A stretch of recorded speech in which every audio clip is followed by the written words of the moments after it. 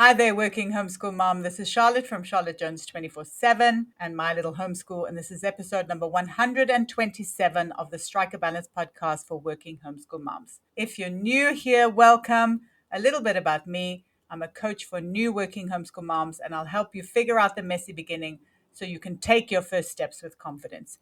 And if you're returning, welcome back. Thank you for spending some of your precious time with me today. Today, I welcome Kathy Sullivan onto the podcast.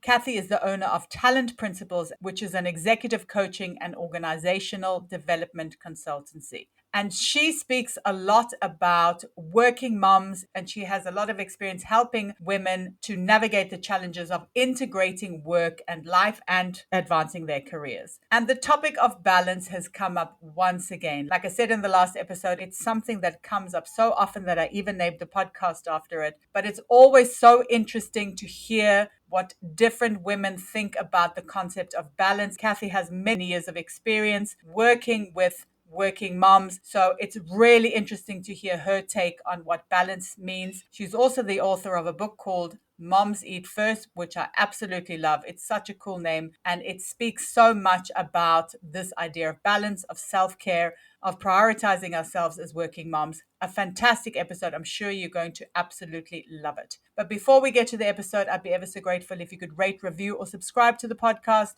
or you could forward it to a working mom who's thinking about homeschooling so that I can support her in that crazy beginning where it's difficult to think about what the first steps are to take. Thank you so much and enjoy the episode.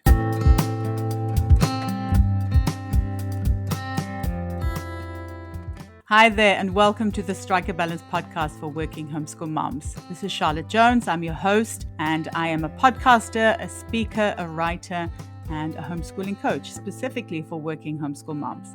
I've been homeschooling my neurodivergent twin boys since 2017, and I've been a working homeschool mom since 2017. So I know it can feel really overwhelming to keep all the balls in the air all the time. So each week I chat about tips and strategies for being a happy and thriving working homeschool mom. I cover things like time management, homeschooling, mindset, and lots of other juicy topics like that. I also speak to awesome and inspiring women who manage to juggle homeschooling and work successfully and find out what their secrets are. And I also welcome experts who can help you on your working homeschool mom journey. I have lots of ways to support you, so be sure to check them out in the show notes. You can download my time audit as your first step to managing your time better. I have a Facebook group for working homeschool moms that you can join as well. And be sure to sign up to my newsletter for weekly updates. And if you need additional support, you can join the WHM Collective, which is a supportive community of working homeschool moms where we delve deeper into topics that are going to help you thrive as a working homeschool mom. Or if you need one-to-one support, be sure to book in a session with me. I'm so excited for you to be here, and I know you'll get so much value out of this episode. So let's get started.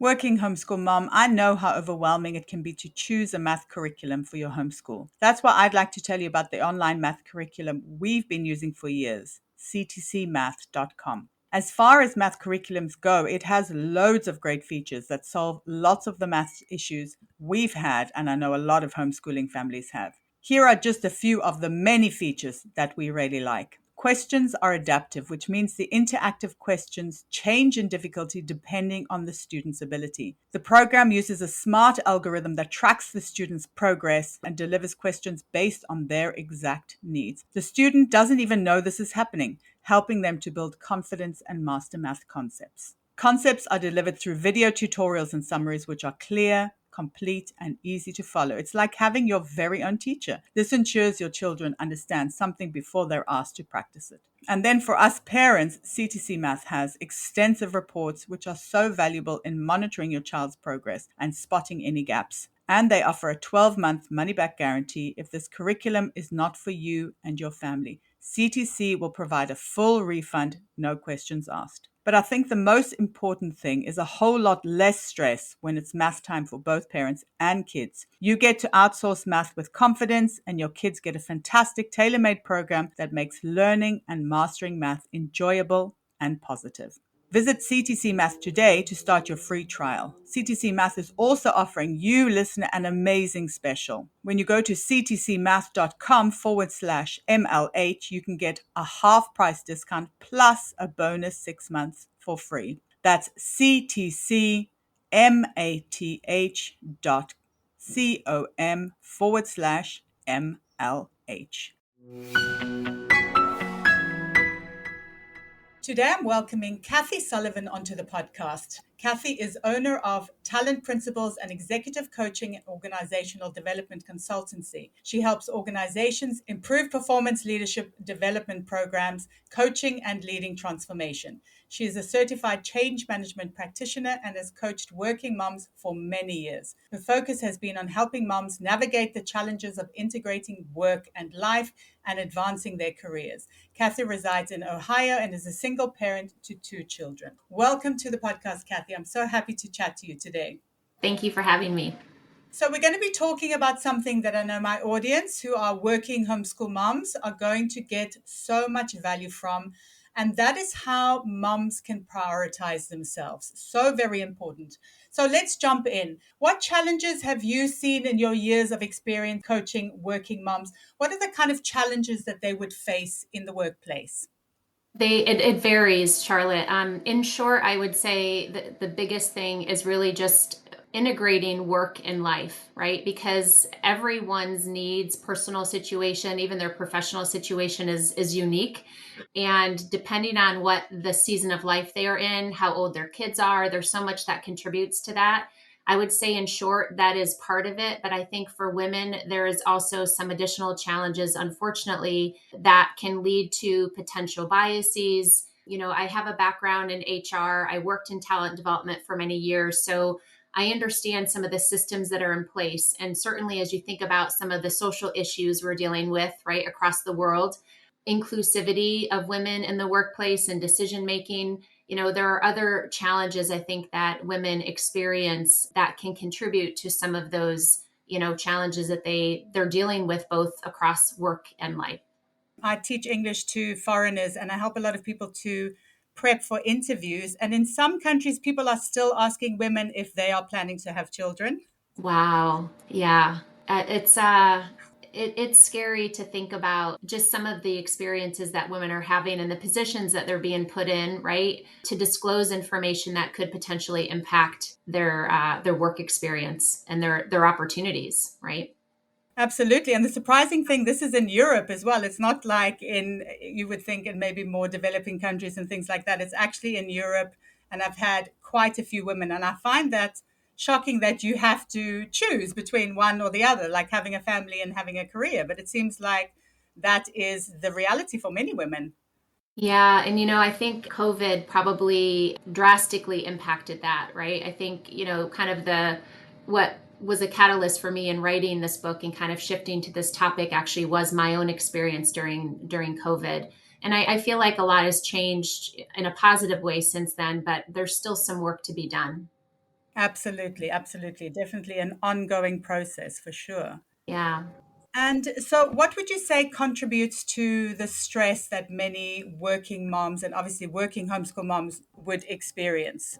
Yeah, I would say again, there's a variety of things. I think as you know, kind of build on the integrating of work and life. You know, from a professional standpoint, many times it's really trying to understand what one wants for their career and then trying to navigate that within the systems, right? The culture within the organization in which they work, if they're working with an organization versus on their own. So that's a big part of it, but then trying to integrate. And I don't like to use the word balance per se, because I don't necessarily think that that's the case that happens for many of us, but it's really about then how do we handle the responsibilities from a caregiver standpoint. And in my experience and in the research I have found, the majority of those responsibilities falls on the mom.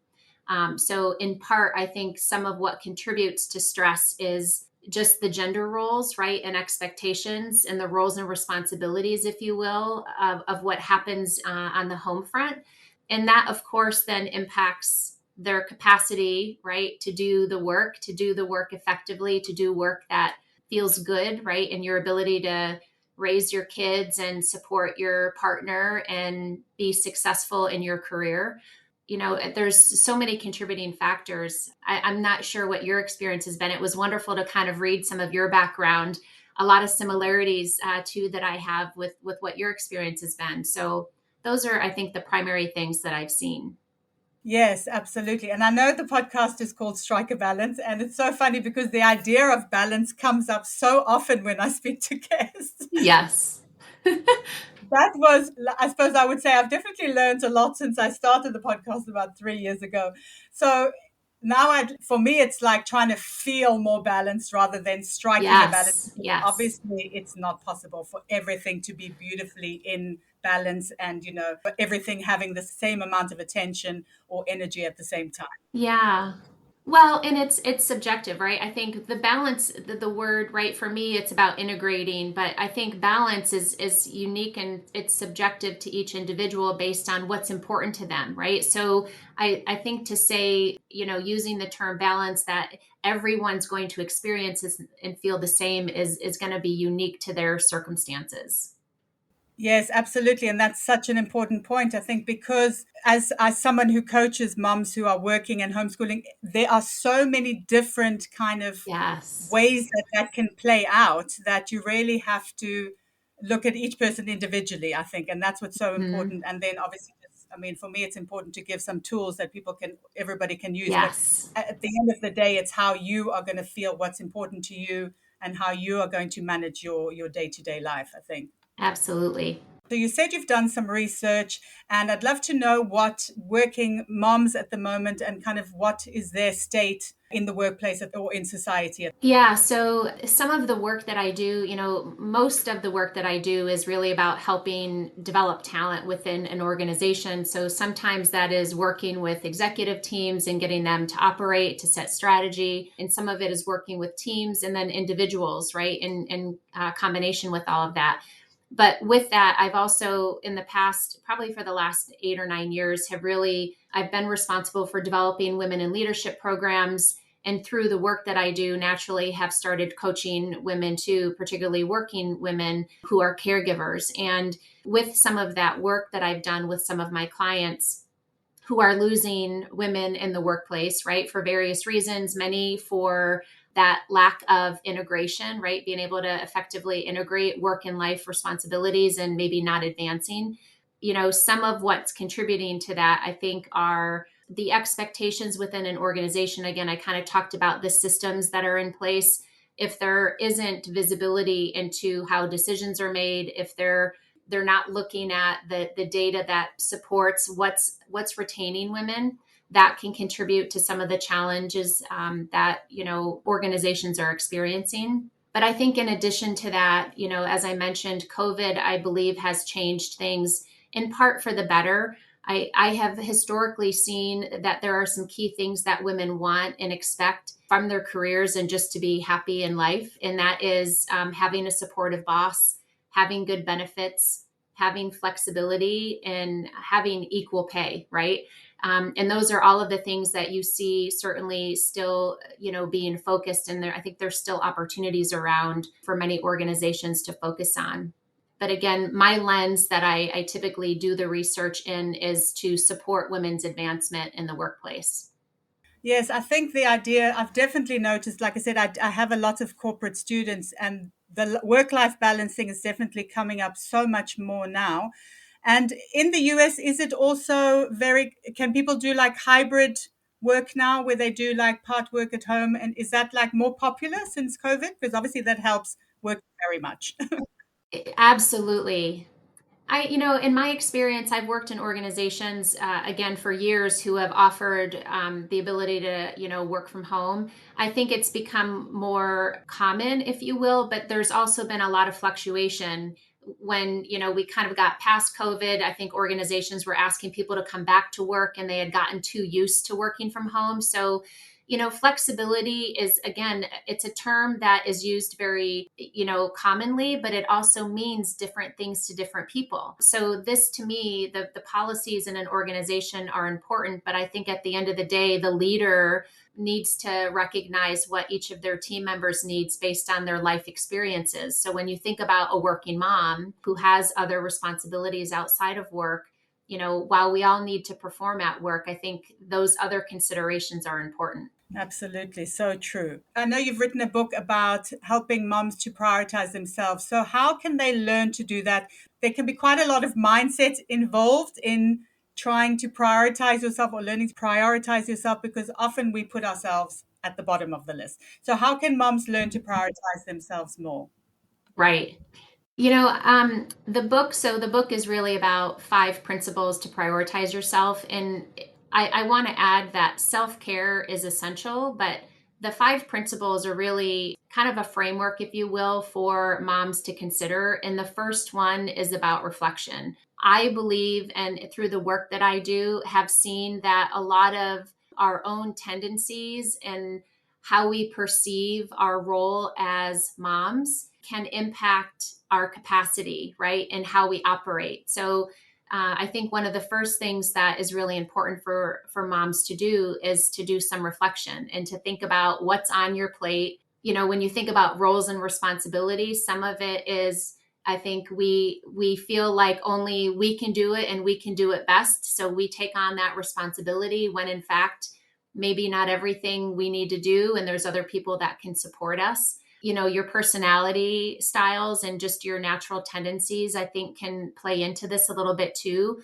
But there's also I think, societal norms and expectations of what a good mom looks like, right? In the research that I've done and the work that you do, I'm I'm grateful for, because I maybe someday I'd like to homeschool my son. I've got 2 children. My daughter's off at college, so she's probably not going to let me homeschool her at this point. But my son is 9. He's also neurodivergent. And I think that that is an option that could be available. So when it comes to prioritizing yourself, my book isn't focused on spending an hour every week by yourself, though that's important. It really is a much deeper seated kind of issue of how we operate within the systems at home and at work.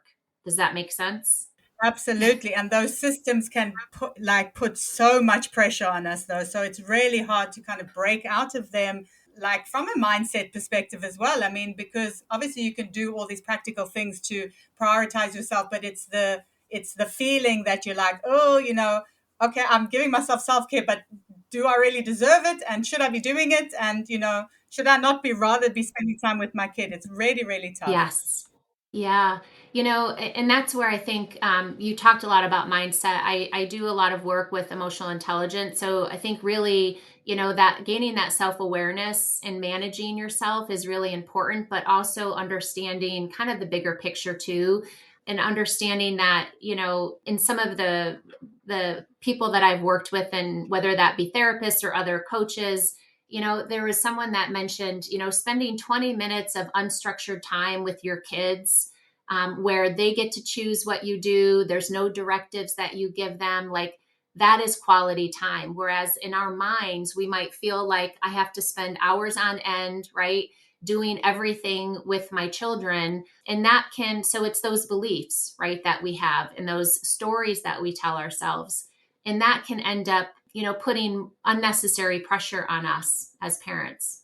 Absolutely. And it's so strange that sometimes when, like, because obviously I'm working at home, I'm homeschooling, sometimes I feel, and my kids are home and I'm home, and sometimes I feel like I actually haven't spent any time with my kids because I think That that is true. that the connection is so powerful, that Yes. really, like, Yes. eyeball to eyeball connection is incredibly powerful. And then they feel like their cups are filled up, they've had the attention, and you feel like you've had a really good interaction with them Yes. that's really valuable and, nourishing as I well. love that.